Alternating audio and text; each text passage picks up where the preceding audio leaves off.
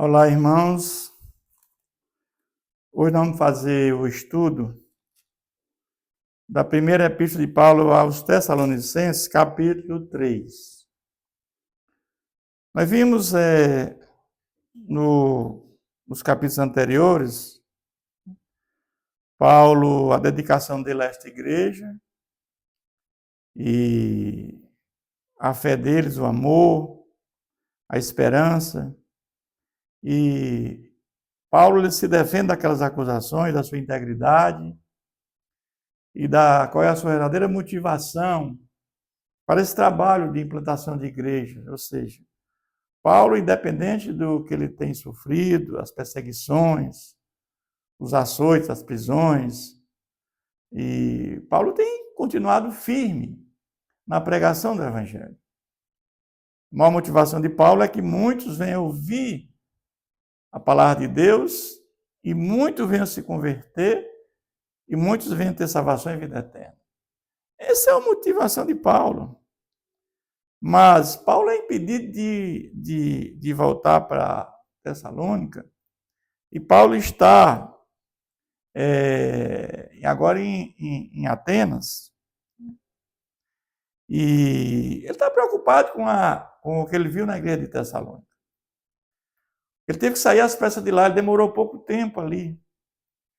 Ele tinha medo que ali a igreja fosse influenciada por aqueles que eram contrários à pregação de Paulo. Então, Paulo ali, ele envia Timóteo. E Timóteo estava em Bereia, ele manda Timóteo para Tessalônica. E Timóteo traz boas notícias, né? Para Paulo. E esse capítulo começa dizendo o seguinte: pelo que, não podendo suportar mais o cuidado por vós, ou seja, a preocupação que ele tinha com a igreja, né, de Tessalônica, pareceu-nos bem ficar sozinho em Atenas, ou seja, ele preferiu ficar em Atenas sozinho e mandar Paulo até Tessalônica para ver como é que as coisas estavam acontecendo ali. E enviamos nosso irmão Timóteo, ministro de Deus no Evangelho de Cristo, ou seja, Paulo está dizendo, ele chamando Timóteo de ministro do Evangelho de Cristo. Porque podiam pensar, olha, ele não veio, ele não cuida de nós, ele não tem interesse aqui com a nossa igreja, manda aqui uma pessoa que não tem conhecimento. E ele está dizendo, eu estou mandando Timóteo, ministro do Evangelho de Cristo. Ele está enaltecendo, né, o seu discípulo chamado Timóteo, para, em benefício da vossa fé, confirmar-vos e exortar-vos. Em benefício da vossa fé, em benefício daquilo que vocês aprenderam comigo. E para exortar-vos, ou seja, aquilo que está em dissonância com a palavra de Deus, Timóteo tem pleno conhecimento para exortar, para que as coisas ocorram de conformidade com a vontade de Deus. A fim que ninguém se inquiete com estas tribulações, porque vós mesmos sabeis que estamos designados para isto. Paulo sabia que o que ele passou lá, na igreja, as tribulações, são suscetíveis também deles passarem.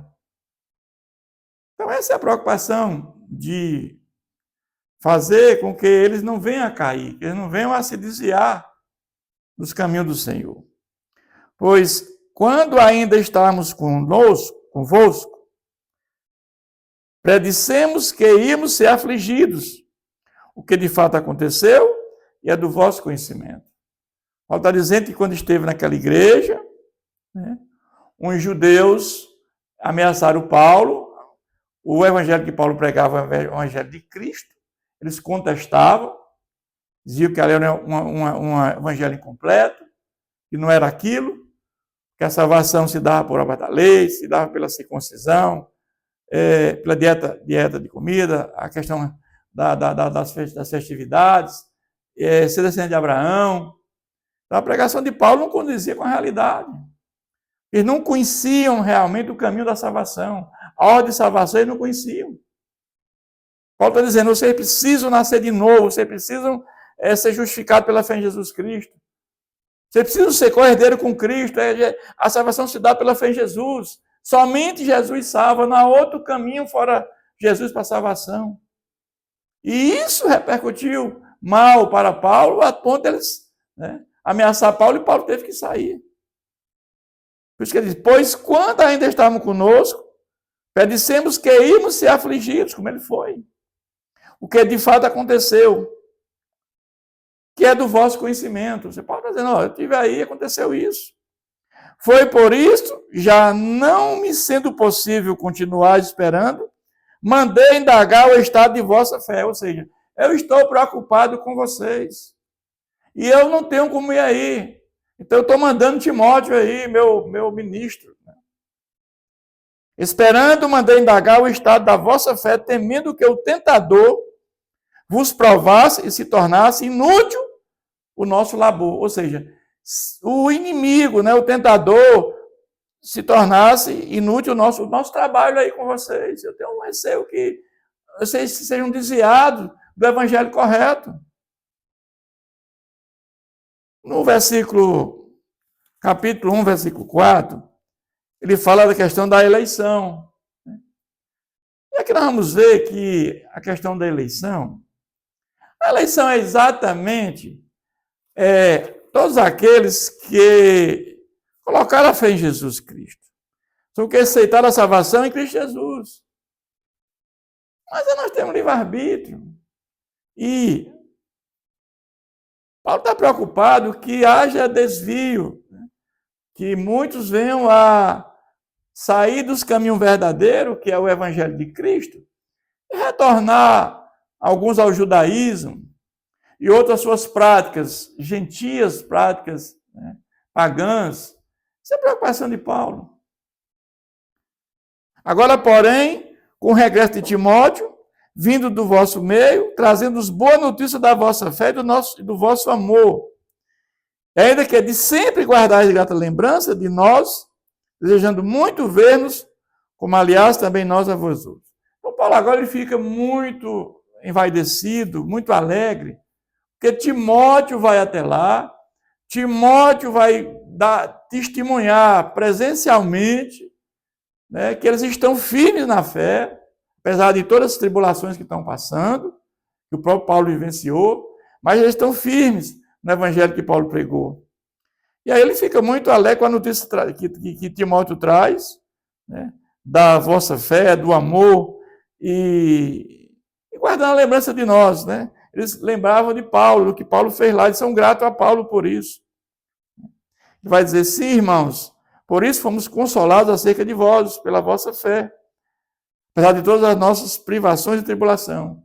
Apesar dos que nós estamos passando, privações, tribulações, eu estou alegre pelo que eu estou recebendo de vocês. Porque agora vivemos, se é que estáis firmados no Senhor. Paulo está dizendo o seguinte, que a palavra de Deus diz que, lá em Efésios, e Ele nos deu vida quando nós estávamos mortos nos nossos pecados e delitos. Quando é que Deus nos deu vida quando nós estávamos mortos nos pecados e delitos? Com o recebimento do Espírito Santo. É ali que Ele nos vivificou da morte espiritual. Então, Paulo aqui está dizendo que, porque agora vivemos, se é que estáis firme no Senhor. Se você permaneceu firme, você nasceu de novo, você foi justificado pela fé em Jesus Cristo. Você agora passou a ser família de Deus por adoção. Você está caminhando no processo de santificação para ser parecido com Jesus. Se você está firme no Senhor, Ele está alegre por isso. Porque a nossa certeza é um dia estar com Jesus por toda a eternidade. Pois que ações de graças podemos tributar a Deus no tocante a vós outros, por toda a alegria que nós regozijamos por vossa causa diante do nosso Deus. Então aqui Paulo está mais uma vez né, reafirmando o agradecimento a essa igreja, né, por eles estar firmes. Né. Paulo tem muita alegria. A glória dele é que todos estejam firmes no Senhor Jesus. Que todos um dia tenham esse encontro na segunda vinda de Jesus com o corpo, né? Corpo, alma e espírito irrepreensível para a vinda do Senhor Jesus. Ele vai concluir esse capítulo dizendo: orando noite e dia, com máximo empenho, para vos ver pessoalmente e reparar a deficiência da vossa fé. Então, eu oro para que aquilo que vocês ainda fazem, que não agrada a Deus, que vocês possam, né,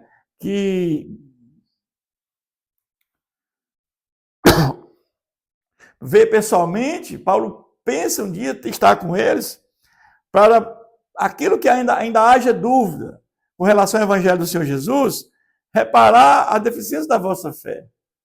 Alguma coisa que vocês não entenderam da pregação. Eu um dia quero estar com vocês para sanar tudo isso, né? Para que vocês estejam realmente firmes e nunca haja nenhum desvio da palavra de Deus. É isso que Paulo, Paulo conclui essa. Aí ele vai dizer ainda, Paulo agora vai orar por eles, né? Vai orar por eles, dizendo: ora, o nosso mesmo Deus e Pai e Jesus, nosso Senhor, dirijam-nos o caminho até vós. Aqui ele vai colocar a Trindade, o Pai, o Filho, né? E dirijam-nos o caminho até vós. E o Senhor vos faça crescer e aumentar no amor uns para com os outros. Ou seja, a oração de Paulo por eles é que eles cresçam no amor, que aumente cada vez mais uns pelos outros, para com todos, como também nós para convosco. Ele vai concluir esse capítulo dizendo agora: a fim de que seja o vosso coração confirmado em santidade, isento de culpa, na presença de nosso Deus e Pai, na vinda do nosso Senhor Jesus, com todos os seus santos. É que ele vai dizer, né, na confirmação da santidade. Sem a santificação, ninguém verá a Deus. A santificação, todos nós temos um processo chamado santificação. É o Espírito Santo nos guiando, nos fortalecendo para a santificação. Ele vai dizer: isento de culpa na presença do nosso Deus e Pai, na vida do nosso Senhor Jesus, com todos os seus santos. Quando Jesus voltar, Jesus volta com os anjos e volta com a alma daqueles que se salvaram. E na segunda vinda dele, ele vai ressuscitar todos os mortos que estiverem em Cristo, ressuscitando um corpo glorificado para estar com Jesus pela eternidade. E os que estiverem vivos serão arrebatados num corpo transformado e estarão com ele por toda a eternidade. Essa é a grande esperança de todos nós. Tudo que nós passamos aqui, tribulação, sofrimento, tudo isso é muito pequeno em relação àquilo que nós vamos desfrutar na glória um dia com Jesus. É isso que Paulo ressalta aqui nesse capítulo 3 da carta aos Tessalonicenses. Que Deus nos abençoe sempre.